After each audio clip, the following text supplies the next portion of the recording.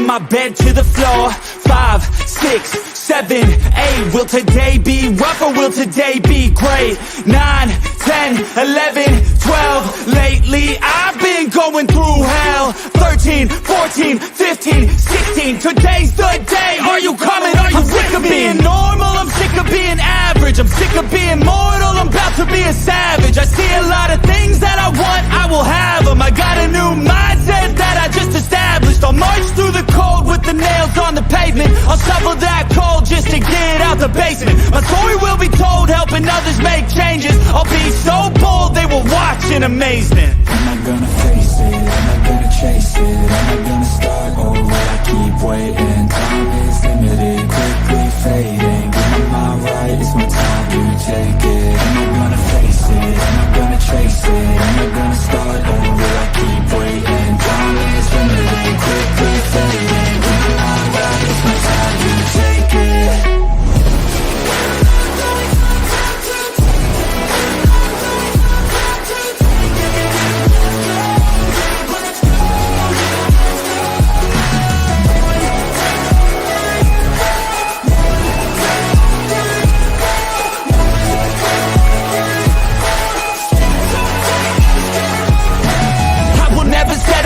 Foot up on the pedal, pushing hard to the metal. Make a deal with the devil. Channel rage through my vessel into something that is special. Energy of a rebel, going up a level. I just wanna be greatness. I could feel changes, turn a new page and tie up my laces. I will be the bravest, break out of my cages. I will not be nameless, I will not be aimless.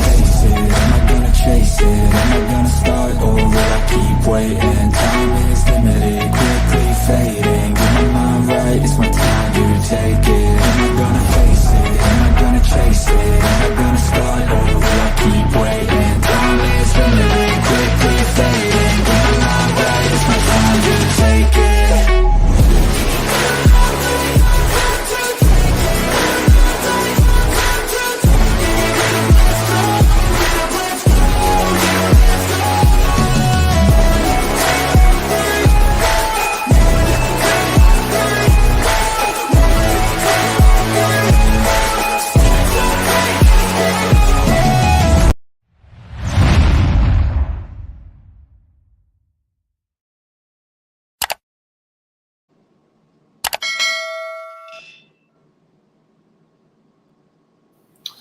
What is going on, everyone? What is going on? Welcome back to the Locked In Podcast, episode 178. I want to welcome in my brother, my brother from another, Tyler. Tyler, what's going on, brother? First time get to the podcast, man. Thanks for coming on. Yeah, absolutely. No, I appreciate you having me on. Let's get down to it. Let's start talking sports. Yeah, man. So it's actually, we were just talking the other day, and I think it was like yesterday, and we were talking about topics to talk about. This actually perfect time, and with what the Sixers are kind of doing right now. Obviously, we'll get into the offseason signings. The big one being Paul George right now, and then they got the Andre Drummond signing. So we're going to talk some sports tonight. We'll talk some Sixers, and then towards the end, we'll talk a little bit about the Phillies. Obviously, they're killing it right now. Top of the MLB, crushing it, and then they got some players that are going to be returning soon, too, within the next week or so, and then after the All-Star break. So we'll get into that. Yeah, man, but thanks for coming on, brother. I'm excited to hop into this. Sure. Yes, sir. So, guys, if you're watching on YouTube and you like what you're watching, hit that like button. If you're not already subscribed, make sure you hit the subscribe button and hit that notification bell to turn notifications on. We release new content every single week, either related to personal development or to sports, so you don't want to miss that if you're interested in that. If you're watching on Facebook, I'm assuming you're already a part of the group, so thank you. Again, if you like what you see, hit that like button. It helps us out. And then feel free to comment whether you're watching on Facebook or YouTube. If you're on YouTube, we can put the comments on the screen. Facebook, I'm monitoring it, so if you comment on Facebook, I'll still read your comments out loud. But other than that, just sit back, relax, and enjoy the pod. All right, man, so I guess we can start with the Sixers, and then we'll kind of work our way towards the end of the Phillies. I feel like the Phillies, there's not as much to talk about. I mean, they're obviously killing it. They got some people that are, on kind of like the IR right now, and then they're going to kind of be coming back as the week goes on. But Sixers, lots to unpack here, right? They just the other night, it's the middle of the night. Paul George, you hear from Woj, Paul George signing. with the Sixers is a big one, man. Just initially, man, what are your thoughts on that? Paul George coming to the Sixers. Yeah, big off-season moves for sure. Even though it's a big 5-man league, I think, even having that big 3-man, with Maxey and Embiid, George now, I think that's huge. I think that it's going to allow them to really have a sense of dominance going in. I mean, they're prior to even this season, they're a deep playoff team. It was just a matter of getting the puzzle pieces put together, and they just, they were putting squares and circles. They just couldn't get at the end of it, couldn't get it done. And it's not because of any particular thing. I think they just needed to, have that last piece of glue.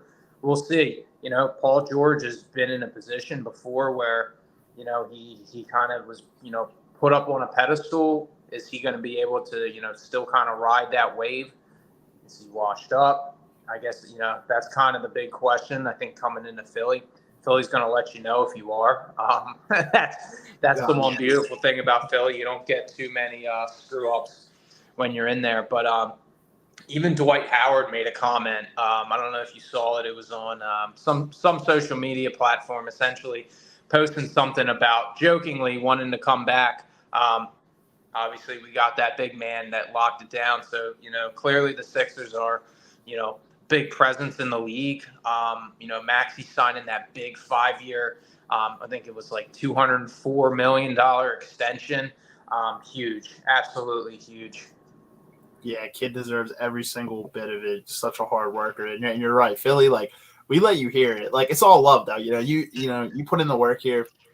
You're gonna be celebrated. If you don't put the work in, we're gonna let you hear it here. So we keep it real. We hold no punches. Huge move with Paul George. I personally, there's pros and cons to it, right? Personally, I think it was the best possible move they could have made this offseason without having to trade or give anything up. So he was obviously a free agent. We didn't have to, other than money, we didn't have to give anything up to get Paul George. And this is a low-key thing that, too, I think a lot of people aren't really realizing. This is the first time, like, since Embiid's been here that, like, a big free agent has actually come here. Because a lot of the other moves we've had, we've traded. Like Harden, Jimmy Butler, they've all been through trades. And a lot of people were questioning, is Philly a market that people just don't want to come to? And until Paul George, I know money talks, but until Paul George now just made this move, a free agent has actually chosen to come here and play with Embiid and Maxey. And I saw the Dwight Howard thing, and there was another thing. It was Marcus Morris, who had played here for a little bit. He said Joel Embiid was one of the, like, honestly, like the best player he could have ever played with. And he even said, he's like, I know I played there, but he's like, he's been around the league, and he's just like, he does so much stuff that it leaves so much space on the floor for you. So he was kind of marketing Philly like, hey, why wouldn't you want to play next to Joel Embiid? If Joel can stay healthy in the playoffs, that's what it comes down to, is that, if he can keep himself, contained. And again, it's a long season. Don't wear yourself out to the point where, you're come playoff time, you're, hard to even get up. I mean, there was games where you almost felt bad for the guy. You did, he could barely walk straight. Is that a reflection on how hard he played during the season? We would like to think so. Or is he really just injury prone? Either way, it's not a great outcome. However, I think with, strong, rigid off-season rehabilitation, kind of knowing his strengths, kind of knowing his weaknesses, where he can play, where he can go in. It's not the same game as it used to be. It's not really a big man league anymore. A lot of, points have been coming from the 3-point line. Now you do have your massive centers. You do have your, big power forwards. But again, it's still a lot of those 3-point shooters. So even to have that dynamic that he has, where he can take a 3 on the outside, do you kind of fall back on, giving him that more of an opportunity, build upon that? Obviously, he's a big man. He's going to need to be down in the paint. But like I said, to keep him kind of back on those, pull-away shots, those 3-pointers, allow him to not necessarily get beat up constantly when he goes and drives into the paint. Again, there's a lot to be said. They have their game plan. Now adding, Embiid, Maxey, Paul George into the mix, how they're going to play together. Obviously, Embiid and Maxey have played together. Great combination. Now having that added, George to the mix, how is everyone going to play together? Is the dynamic going to change? We don't know. So that's going to be big. And you'll see that in the preseason. Obviously, preseason, take it with, a grain of salt. Obviously, you get what you get. Yeah. So I think, though, that'll kind of show somewhat of the flow that the team has, and kind of what their plans are of moving forward, at least with those power three. Absolutely. Yeah, that's like, yeah, it's going to be really interesting. I personally think that this could be the most talented, superstar that Joel's ever played with. And it's not a disrespect to James Harden. It's not a disrespect to Jimmy Butler. It's a really interesting dynamic. I do think health is, and that's the thing. I really would say this is like the only real thing that what I say would be a big con for Paul George, and it's health, and it's a big one, right? Like he has to stay healthy, just like Joel has to stay healthy. But if this team can stay healthy throughout the season, they have a whole season to build chemistry and work together. If they can stay healthy, they, I think, are Boston's biggest threat in the East. And they're the only team on paper that I would say is above the Sixers. I say the Knicks are very, very close. Like they're very close to us, and maybe even. But Boston is still Boston. So I do anticipate the Sixers might make another few moves for the end to see what we can kind of do. But Boston's obviously loaded. So barring injury, it's going to be a dogfight no matter what. You're going to have to go through Boston, who finally was able to put it together this year with the Tatum and Brown tandem. So, but I'm excited to see what this team can do. It's better to get a player in the offseason rather than the trade deadline, because then you don't really have much time to gel. Where we got Harden, it was, mid-season. Now we have a whole off season with this guy, and I'm excited. And to be completely honest, you even made a comment not to knock Harden. I'll come flat out and I'll knock down that door with him. I think he was horrendous. I think that we all had this expectation of James Harden, bushy beard, James Harden, shoot those threes right over top of your face. Everything that prior to this season he was doing fantastic on the Rockets. Comes over to Philadelphia, it's like there was an entirely different player. Come playoffs, you put up single digits in a playoff game. You're supposed to be one of our top performers. Mm-hmm. Getting rid of him was one of the best decisions we did. Now, on the flip side, you mentioned Jimmy Butler. I could be here for another 3 podcasts talking about that. I think that was one of the dumbest moves the Philadelphia 76ers have done. Yet, at the same point, we didn't know that he was going to turn out to be the superstar that he is today. You never know. However, wish he was still here. Yeah, I say the Sixers would have a championship right now if Jimmy Butler was still here, because he drugged those Heat teams to the finals without having the power of having a Joel Embiid on your team, who's arguably the best player in the entire NBA. So he didn't even have Embiid on his team for those. So honestly, Jimmy was able to get the 2 finals with those Heat teams and not win them. He lost to Denver and he lost to the Lakers. But no, Jimmy, that was a horrible move for the franchise. Honestly, we just hope. Obviously now we have a new hope with Paul George here, but we just hope that Joel's window didn't close because of that. Because honestly, the main reason he said on JJ Redick's podcast is why he left is because Brett Brown was still the coach. He wanted them to get rid of Brown. They didn't get rid of Brown. And then the next year they got rid of Brett Brown anyway. So horrible move. Yeah. And you made a comment about best in the league. Just to kind of transition a little bit, not to take away from the 76ers, but LeBron. Yeah. I'm not personally a fan, but there's been quite a bit of talks with him and, Bronny, how that dynamic's going to work. Personally, for me, I don't even know why JJ Redick took that position as a head coach. There's already a coach that runs that team, and I just brought his name up. So that'll be interesting to see how that dynamic works out. I don't think it's going to change. I think that we'll still see the same team. We'll still see the same LeBron running it. Just another guy, getting a salary. Yeah. I to be honest, I've always been a big LeBron fan since he came in the league, but like I don't really care for like his off the court, like his political stuff and all that stuff. But that's a whole other discussion. Like I personally I've always been a fan. It's just I hate that he plays for the Lakers. I can't stand that because I'm not a Lakers fan by any means. We have a comment actually. I just want to say my buddy Todd, he commented on Facebook. He said best thing was us getting rid of Tobias Harris.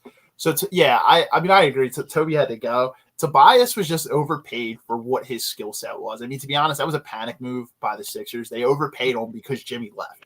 So Jimmy left. So they're like, we got to tie somebody up. So they gave him a 5-year, $200 million, 180 something million they paid him. In that price range, yeah. Yeah, whatever the market was at the time, they gave him essentially a super max. Is what they gave him at the time. And they needed to justify, why we got rid of, who we got rid of. They needed to make a statement and say, okay, we're willing to spend this kind of money on it because we released this player, because we made this move. We need to back it up.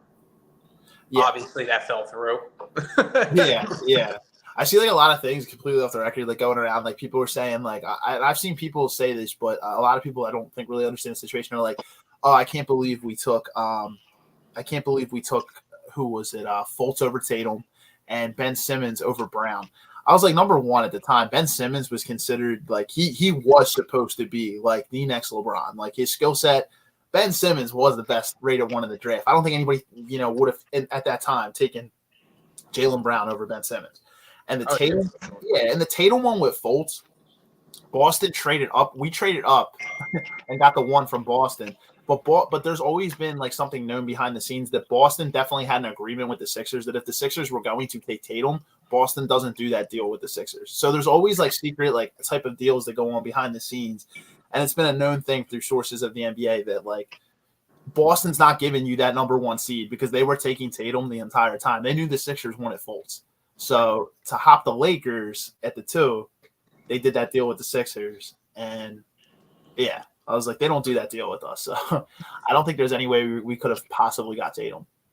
Yeah, and I agree. And I think at this point, kind of pivoting back to the whole Paul George thing and kind of modern era that we're in right now, I think that, this is an opportunity where we were kind of in a position where we were with the Jimmy Butler, where we kind of had that dream team, so to speak.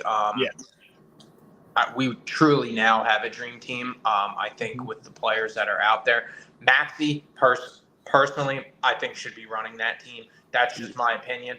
As much as I love Embiid's injury prone. Yes, he has a presence on the court. Maxey has, in my opinion, a bigger presence. Maxey never gives up. Maxey plays 4 quarters. You put him in there. I guarantee you, if you put him in for the full game, he would still have the same level of energy. That's the type of player Maxey is. Granted, he's younger. That takes a toll as you get older. However, we should build around him. He is somebody you build a team around. I get it. Paid a lot of money for Embiid. Embiid's the guy. That's what the Sixers want to have as their face. I understand that. However, at the end of the day, we got to start looking seriously into, is he the face? Is he somebody that, again, I know we talked about it earlier, is he someone that can stay healthy? If he can't stay healthy, how do you build around that? You can't. You can't. Yeah. You have to build around somebody who is not injury prone, who is able to play minutes upon minutes, quarters upon quarters. That's Maxey. That is Maxey. And now that we brought George into the mix, is he able to kind of be the Kobe to Shaq? Or, is that kind of the mix? Now, granted, Shaq and be 2 totally different players, but still that same presence. Now, Paul George, he's a big dude. He can still be a presence in the paint. Obviously, he's not as big of a presence as an Embiid is, but he can still take over that role if need be. And I think we were looking for that type of player with that type of size that we can fit into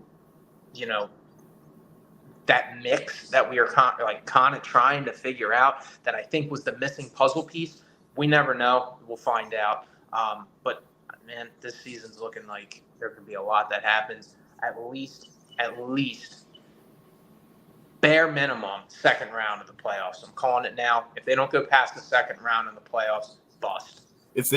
I agree, because it's the same old shit at that point. You know what I mean? I mean, realistically, it's the same old stuff if they don't get past that second round. So they should get past, because the only team, it's unfortunate if they match up with Boston in the second round. That's just that's what really sucks. I mean, but you have to compete, right? In order to get to the finals, you're gonna have to go probably at some point through Boston. So you have to be the best, you got to beat the best. So, and I do think the Sixers, even this year, I don't think they were going to beat Boston.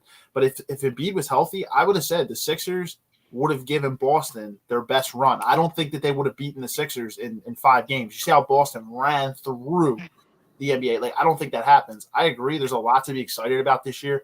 A lot of Sixers fans, I think, were on edge because we hadn't had any moves being made yet. And they were like, oh, no, we're going to go into the season not making a move, not doing – with this Paul George thing, this was Morey's plan A. So he got his plan A, and now essentially, and I want to say, pivoting back to the Maxey point, I agree. Maxey is unbelievable. Again, yeah, obviously with age, a lot of it takes a toll on you, but he is the guy that will never give up. You saw in that one Knicks playoff game, everybody thought that game was over with 30 seconds left, and Maxey took it to OT. He single-handedly won us that game. He's a difference maker. Absolutely. Exactly. And to do that isn't, if you can do that once in a season, yeah, it is what it is. If you can do that in crunch time in the playoffs and you're doing that, that's a next level. He is the next level player. He's not somebody that is going to be, I think personally, and this is just my opinion, I think that he's going to be somebody that, obviously at the end of the day, we have the size that is around him. I don't even think he needs it. I think he plays strong enough that he can take it into the paint. He can get around those guys. So regardless of who we have down in the paint, I know I touched on, Embiid staying back a little bit more. I think we could even have that. I think that, even having a quick guy that can go into the paint, because it's not a big man league anymore. And as much as I love to see that, as much as, seeing that hard knock basketball, guys going up and getting slammed, it's just not what it is anymore. So we can really utilize that in the players that we now have. To kind of turn back to, what you said about the Boston, they ran through the Mavs. There wasn't even really a chance to see what they were made of. I think that the Sixers, if we're to fast forward, I think we can put, like you mentioned, I think we can give them the run for their money that I think the Mavs were looking for. I think we can put that into effect. Now, I don't know if you saw Klay Thompson actually just joined the Mavericks, so that could be a whole new dynamic for them. But yeah, I mean, they could be a dominant presence as well. Obviously, we don't have to contend with them, but yeah, I mean, they're definitely a big presence in the West. But yeah, as far as the East goes, I mean, we're in it. Just a matter of beating Boston. Yeah, that's the only team that really. I mean, I do say the Knicks got better with getting Mikal Bridges, but they're another team that I think size-wise, there's nobody on the Knicks that's going to have an answer for Joel Embiid. If it all comes down to him being healthy, that's the craziest thing about it. Is it's really a shame. If you give me a healthy Embiid throughout the entire postseason, all the way to an NBA Finals, you probably get a title, because I don't think there's anybody in the league that can really guard Joel. I don't think there is. Even Jokic, you've seen him go up against Jokic. He's had his way. Big guards in the league, they just can't guard Joel. So it's speaking of centers, the Andre Drummond move was low key a great move too, because Andre Drummond, we had him a couple years ago, and he was the best center. I always said it when he left. He was the best center Joel Embiid ever had to play with. And it was really a shame that he left. It was in the Harden trade. It was Seth Curry, Ben Simmons, and Andre Drummond, and we got Harden out of that. So he went to Brooklyn. But him being back is big, because who are you going to take? You're going to take Andre Drummond over Paul Reed. Andre Drummond's a legitimate center. That's going to be a huge it's going to be a huge move for Joel.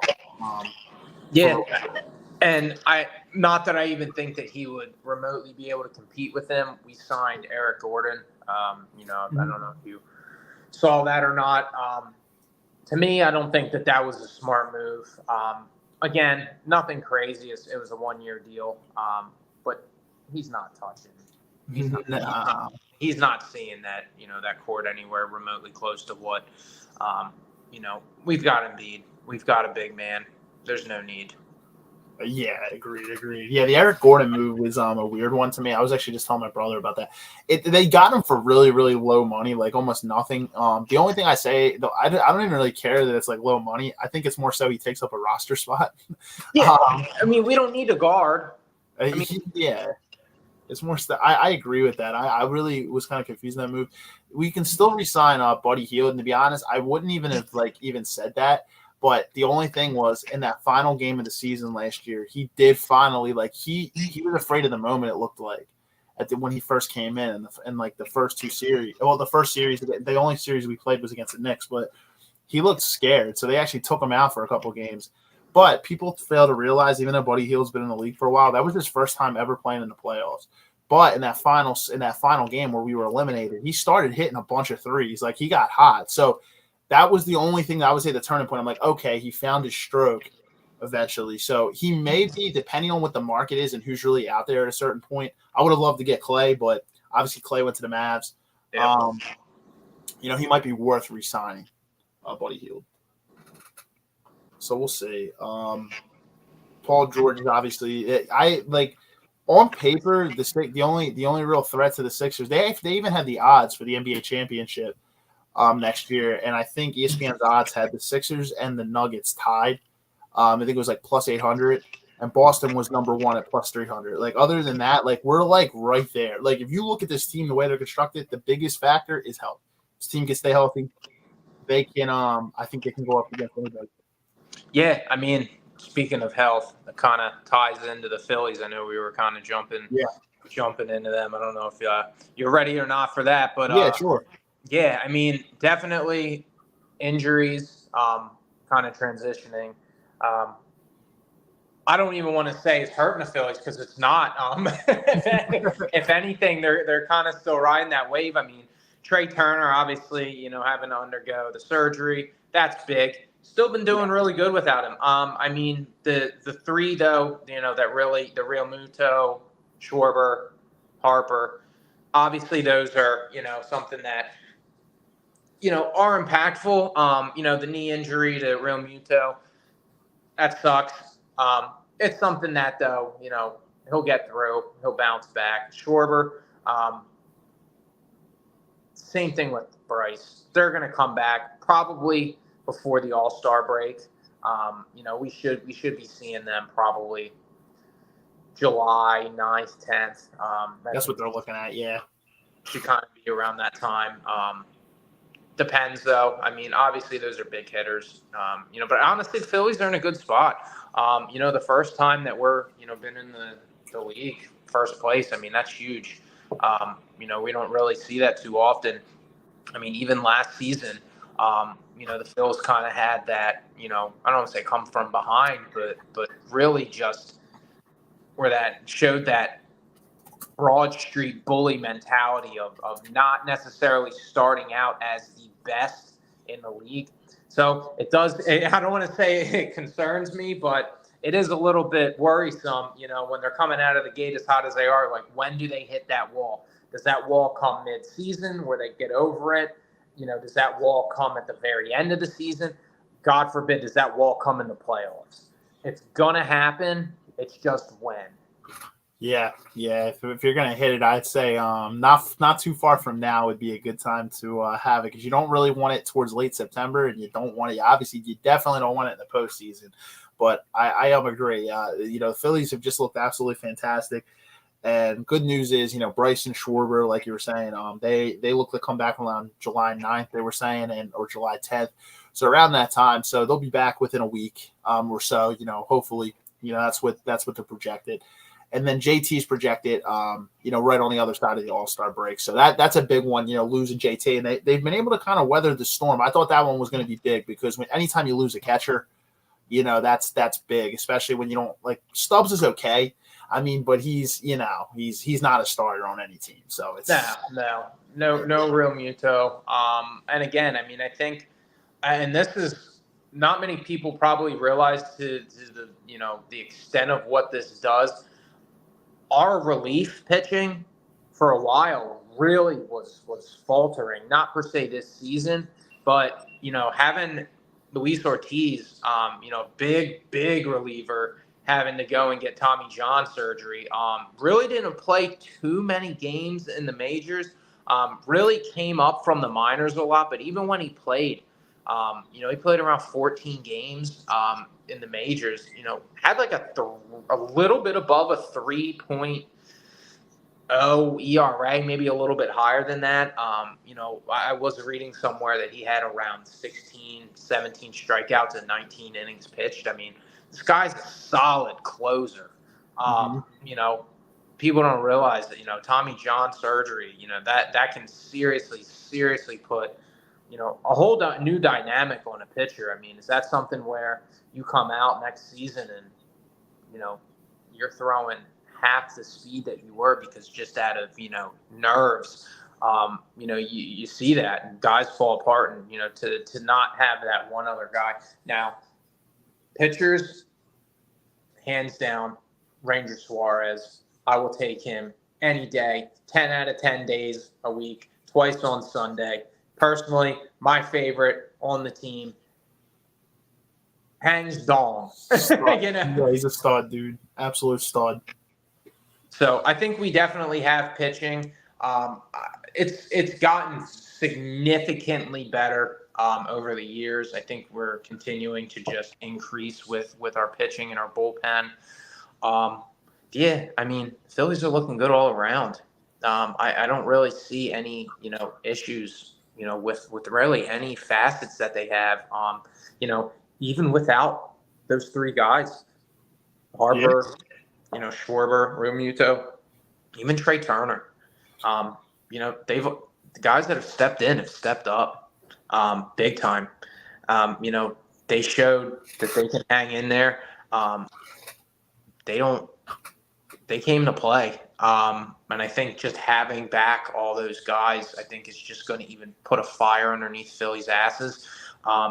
A fire that we do need, at this point going into the All-Star break. Like I said earlier, I mean, this is when you could hit a wall. Again, not necessarily afraid of hitting a wall at this point, but you don't want to get into a rhythm of hitting a wall where you kind of peaked early on in the season and now you're, having, the other teams in our division catching up on us, Braves catching up on us. We don't want any of that. They're right behind us. They're not right, but they're close. A bad sling of a few games could put them, within closing distance of, catching up. So again, thank God the Yankees aren't in our division. But again, it's been neck and neck, and I've just been constantly, paying attention to that. We can't have the Yankees win. Yeah, and the Cleveland Guardians have been sneaky good too. We've been really good this year. So yeah, the AL is stacked. We actually have a really interesting weekend coming up because starting Friday we're playing the Braves for a 3-game series, and right after that we have the Dodgers for 3. So if you want to see what the Phillies are made of, it really just kind of sucks that they don't have Harper, Realmuto, and Schwarber right now because then you'd really get to see but you know what, you got to play who you play at the time. So this is going to be a really interesting 6 games after this Cubs series, which starts tonight. So I think it's starting Friday. They play the Braves for 3, and then they got the Dodgers. That's going to be interesting. I think that's going to really show kind of what they have, where we're at currently. If it's something that we can sustain, if it's something that where we're going to back off. And I want to go into the All-Star break just top of the league. I think that's just going to give a motivation coming out of that. Having that break. That break can either light a fire underneath teams' asses or just absolutely that downtime just crush them. So, I mean, we'll see. I don't think that we're going to see the crushing aspect, but we never know. Yeah. Hopefully not. They it's interesting at this point where we're past the first half of the season. We just passed it, so now we're into the second half. So I agree. I think at some point you hit a little bit of a wall. So it's gonna be interesting to see where it happens. I would rather it happen at some point, either July or August, before we get to September. You don't really want to see it happen too close to the postseason. But this team, they look fantastic. They look unscathed, and they have a real opportunity to take the number one overall in the league, but also in the end, just in the NL in general. And the season, literally the franchise's like most wins is 102 in a season. They have a real opportunity to actually surpass that this year. The way they've been playing. Yeah, I mean, and I think having those next couple series, like you mentioned, I think that's really gonna put us in a position and in the driver's seat as to if that's obtainable. Mets are creeping up. We still have some more series with them, but yeah, the Dodgers having the first in the West, second of the East, being the Braves. I mean, those are huge series that we have coming up. I think the only team that really can compete in the National League, other than the two we just mentioned, potentially the Brewers, but other than that, I don't really see too many other contenders that really the Phillies would have to worry about. Yeah, I don't really like looking at the standings. Yeah, it's the Brewers actually have up on the Braves right now. Braves are 8 games back from us. Brewers are 5.5, and then you got the Dodgers at 3.5. So it's actually really interesting. Yeah, the Braves are 8, but at the same time, we play them enough. You're absolutely right that the Braves could definitely creep up because they're division opponents, so we play them a lot. So we go into a series and we get swept by the Braves. That's a complete swing for them. Absolutely. So it's going to be interesting. The good thing is, the injuries, they weren't, knock on wood, nothing going forward, but they weren't like crazy serious. A lot of people at first were worried JT was going to be out a couple months. It looks like it's only going to wind up being a month, which is good. So health is like a big thing. I think if the Phillies can stay healthy, who knows what this – I mean, this team has World Series aspirations, a real chance to just win the World Series this year. Yeah, I mean, after last season, I mean, I couldn't imagine why they wouldn't. That was a pretty rough way to end it. But, yeah, I mean, I totally agree. I think that, they're, again, in the driver's seat. It's just a matter of, where they go with it. Yeah, we need some championships here, man. Phillies suffered too much heartbreak. Ever since that Eagles Super Bowl, man, we have had so much heartbreak in this city. Oh, I know. I thought that the 3 power teams, man, I thought that the Phillies, Eagles, Sixers, we were all in the driver's seat. I thought even the Union. The Union were in the championship. That was just, man, Philadelphia could have taken it home, and they just, oh my God. 2022, man, is like the Phillies went to the World Series against the Astros, lost. Union were literally like a minute away in overtime from winning the whole thing, and then I think it went to penalty kicks and they lost. They were that close. And then the Eagles go to the Super Bowl and they lose on a BS pass interference call or holding call, to the Chiefs. They lose by 3 points. It was quite the year. Sixers have had their trauma. Kawhi Leonard quadruple doink. You have Ben Simmons not dunking the ball against the Atlanta Hawks in Game 7 to get you out of the second round. It's just crazy. It's like, only in Philadelphia can you see this much. I know. I know. Insane. But hey, man, I think we have some good things coming around. Phillies have a real opportunity. Eagles, they still have some questions on that. Later in this year we'll talk about the Eagles, but Eagles obviously the offense is stacked, new coaching, and the defense is a little bit of questions still, but they definitely improved. So another team has a serious opportunity to win a Super Bowl, and then Sixers, they got a lot of positivity coming this year. Even the Flyers, they're going to – I think, they're a couple years away, but they might have opportunities too. They got that goaltender from Russia that's coming over here, so they got good things there. So Union look like they're not really playing too well this year. But yeah, we'll see. They could turn it around. I mean, they got up until October, so we'll see. Yeah, well, one thing we can always say is we're always competing. You know what I mean? There's some cities that never have, any competitive sports. So we always have something competitive here. That's the truth. But yeah, so it's gonna be interesting. Sixers definitely have some more moves to make. Phillies, as the season progresses, we're only halfway, so have a lot of season still left to play. But man, I'm excited to see what the future is here. Really excited for the Sixers and to see what they do in this offseason. On top of, I think they do need to add. Right before we end, I'll just pivot real quick back to the Sixers. I was actually just talking to Andrew about this the other day. We were saying I think if they can, they should try to. They would have to trade, but try to land Lauri Markkanen from the Utah Jazz. But I just don't know if they're going to give him up. But that would be a fantastic fit for this roster to get a 4. Like I said, if you're having a big 3, then you have essentially a big 4. Because you look at Boston. Boston's got Tatum, Brown, Porzingis, and Holiday. It's like a big 4, and you got Derek White.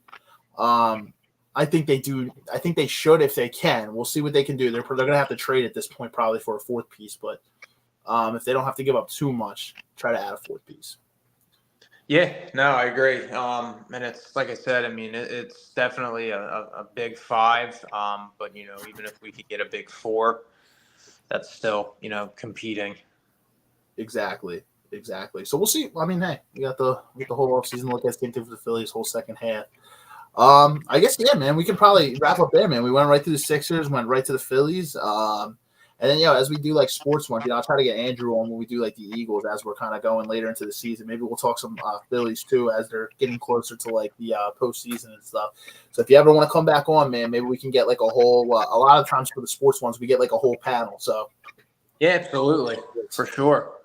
Yeah, man. So I want to thank you for coming on, man. Tyler, first time guest here, so you reached out to me, man. I was like, yeah, man, we definitely got to get you on. So I'm happy that you took some time out, man, especially with the holiday weekend coming up. We usually do it on Thursdays, but 4th of July is right around the corner, so obviously we're not going to be streaming on the 4th. So no, man, I appreciate it. I had a great time. We're able to talk sports and kind of just ride it out. See what this team's made of, both teams, and then just talk shit. That's all comes down to, man. We had a good time. Appreciate it, and yeah, definitely want to continue this. Definitely think that I'll be back for sure. Yeah, man, absolutely, man. We'll definitely get you back on. I see there's been a lot of viewers and not a ton of comments, but the thing is, like, I know with the holidays, like, it's tough with people, especially we usually don't stream on Tuesdays. But guys, if you're also watching like after the live stream, feel free to comment because we'll still respond. I'll still answer your comments or whatever. So if you're watching on YouTube, Facebook, I want to thank everybody who's tuned in tonight because I can kind of see who's kind of tuning in. So great stuff, guys. Thanks for watching. I know it's not our typical slot that we usually do, so. Appreciate you guys rocking with us. And I hope everybody has a great 4th of July weekend. We'll see you next week for episode 179. And also to you, brother. Have a great 4th of July weekend with the family, man. And thanks again for coming on. You as well, man. Have a great night, boss. You too.